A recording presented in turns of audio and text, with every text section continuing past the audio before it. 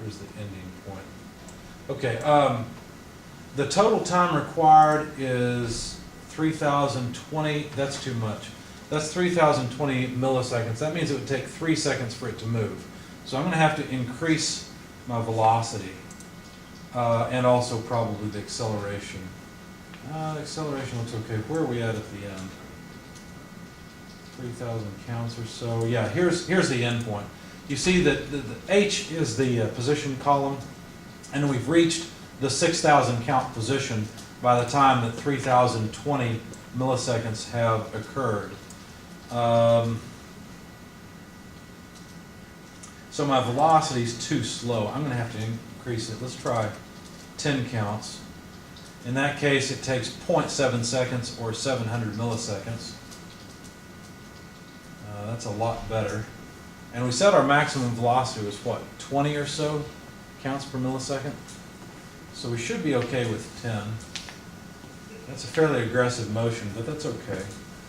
My acceleration is really low. It's taking quite a while. Basically, at this point, the velocity has reached its maximum. And if you look over at the graph, hopefully it makes more sense. Yeah, that's better. But I need to zoom in on this section, so I'm going to change the quickest way to do this. Probably format the data series and change it so that that's not what I wanted. I wanted to edit it. Select data. Yeah, so I only want to go through, hang on, how far do I want to go? About 0.700 or so, which is what cell. See, what I'm looking at, this TT is the total time. And so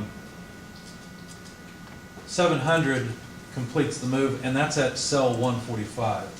So in order to see this nicely on the graph, let's edit the series, selecting the data, and only go to 145 or so, not all the way through 1,000 some odd. Okay, and let's do the same thing for the velocity and then the acceleration curve. There we go. Okay, that's better. So now, if you look at this, you see the trapezoidal profile, which is the velocity piece. You see that the acceleration is fairly low, right? The acceleration is not real high, but it is positive, and then it is 0, and then is negative for the deceleration section. And then you see the position increasing nicely. Okay, so what we've done here is we've generated a bunch of command points, basically all these position points that we could put into the Arduino. So basically all I got to do is take all of this stuff here, these command points.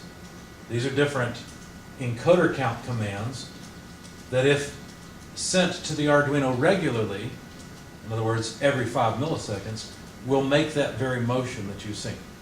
Okay, so what I did is I'm not going to go through all this. All I did is I copied these, I rounded them because I can't ask it to go to position 5,788.75, right there, integer counts. So I rounded it and then I put it into an array in the Arduino. Now I did things slightly differently, so our results are going to be a little bit different because I ended up working in units of tens of milliseconds instead of milliseconds.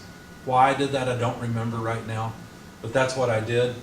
So I then took those points, and you see here this section that's commented out. I actually put it in as an array. Okay, so these are different command points, different positions that I'm commanding. Now this I call the high velocity acceleration. This is where I was trying to use the maximum velocity acceleration. So the length of the array is very short because all I'm doing is say go here, go here, go here. It's very aggressive. These are larger distance moves, 0 to 13 position change. For the S curve, all I did is I changed gamma to 1, so we were using S curve instead.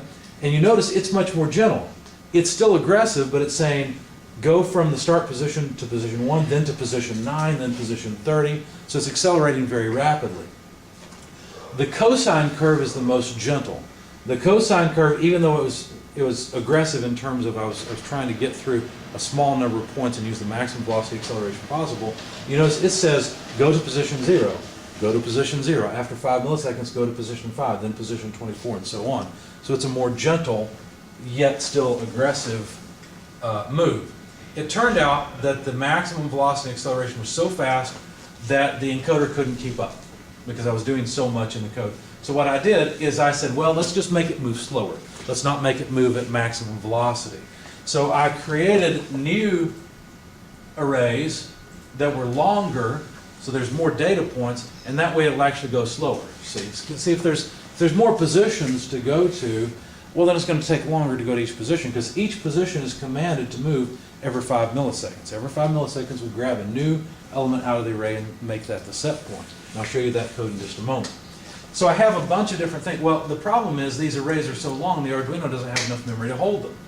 Okay? So I couldn't actually define all of the 3 different arrays. I couldn't have defined the trapezoidal and the S-curve and the cosine curve all at once. There just wasn't enough memory in the Arduino. So you'll notice that what I've done here is I have commented out the S-curve motion array. All right? And the, let's see, also the code for making that happen. And then here's the cosine curve array, which I have commented out. The one that I have active is this one. So I can activate one particular type of motion at a time. So here's our trapezoidal profile. Now, how would I get around this? Well, if I had more time, what I would do is I would write the code to actually calculate these positions on the fly, rather than calculating them in Excel. And then I wouldn't need such a large array in the Arduino, and it would work better. But I ran out of time to do this. So the first thing I do here is I declare the array and use the points that I've calculated in Excel so that I get trapezoidal motion, what you just saw. Okay? And then all I do is I basically iterate through the array, commanding a new second point every 5 milliseconds. So go get the next element in the array, set the set point to it, which the PID loop in the ISR is taking care of meeting the set point. Delay for 5 milliseconds, and I've got 10 milliseconds as my comment. I was playing around with that a little bit. I need to change that comment. And then go back and get the next element of the array. So all it's doing is grabbing each set point position and commanding the carriage to move to that position after 5 milliseconds. So then I wait for a second and print out where I ended up, and then iterate backward through the array. So step backward and command the positions backward so I get the reverse motion. Okay? And then at the end, I think I just let it go back and forth. So let's download this and run it. And since I'm having trouble with it, I'll probably have to reset once. Yep, reset. Okay, I forgot to turn off the other code that's performing the experiment. Yeah, to get the maximum velocity and acceleration. Let's try that again.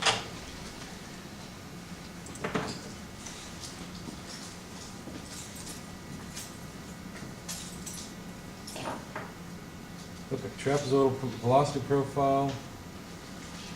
Oh, I didn't turn on automatic mode.